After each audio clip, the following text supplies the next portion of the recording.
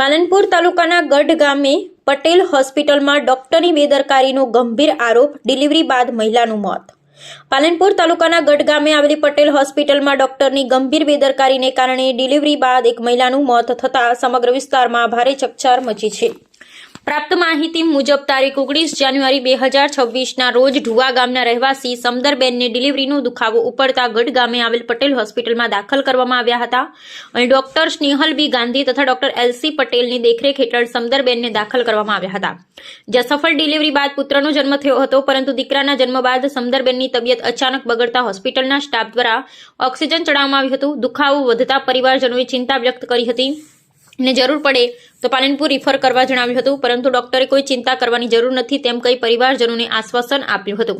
આ દરમિયાન હોસ્પિટલના સ્ટાફના એક કર્મચારી દ્વારા ઓક્સિજન ધીમું કરવાની જગ્યાએ અચાનક વધુ પ્રેશરથી ઓક્સિજન વધારી દેવામાં આવ્યું, જેને કારણે સમદરબેનની નાકમાંથી ઓક્સિજન નળી બહાર આવી ગઈ હતી।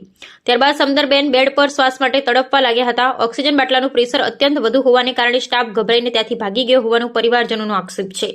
સમદરબેનના ભાઈએ તાત્કાલિક ઓક્સિજન બાટલાનું બટન બંધ કર્યું હતું, પરંતુ ત્યાં સુધીમાં ઓક્સિજન ન મળવાને કારણે સમદરબેનનું મોત થઈ ગયું હતું। આ ઘટના બાદ હોસ્પિટલમાં ભારે અફડાતફડી મચી ગઈ હતી। થોડા જ સમયમાં ઢુવા ગામ તથા સગા સંબંધીઓ મોટી સંખ્યામાં હોસ્પિટલ ખાતે ઉમટી પડ્યા હતા। પરિસ્થિતિ વણસતા સમગ્ર બનાસકાંઠા જિલ્લાના પોલીસ દળની 7 થી 8 વાહનોનો કાફલા સાથે એસઆરપી સ્ટાફ ઘટના સ્થળે પહોંચી પરિસ્થિતિ કાબૂમાં લેવાનો પ્રયાસ કર્યો હતો। આરોપ છે કે ડોક્ટર ગાંધી તથા હોસ્પિટલ સ્ટાફે મૃત્યુ પામેલા સમદરબેનના દેહને બહાર કાઢી એમ્બ્યુલન્સમાં લઈ જવા જણાવ્યું હતું, પરંતુ ડોક્ટર અને સ્ટાફના બેદરકારીને કારણે મોત થયાનું કહી પરિવારજનોએ દેહ સ્વીકારવાનો ઇનકાર કર્યો હતો। તેમ છતાં એમ્બ્યુલન્સમાં ખોટો દેખાવ કરવા માટે સ્ટાફ દ્વારા સમદરબેનના પેટને દબાવવાની કોશિશ કરવામાં આવી હોવાનું પણ પરિવારજનો દ્વારા જણાવાય છે। ગઢ ગામ તેમજ આસપાસના વિસ્તારના રહીશો જણાવે છે કે હોસ્પિટલમાં અગાઉ પણ આવા 7 જેટલા કેસ નિષ્ફળ ગયાના ચર્ચા વિસ્તારમાં થઈ રહી છે। આ ઘટનાનો પોસ્ટમોર્ટમ રિપોર્ટ પણ 11 દિવસ બાદ પાટણ ધારપુર હોસ્પિટલમાંથી મહા મુશ્કેલીએ મેળવવામાં આવ્યો હતો।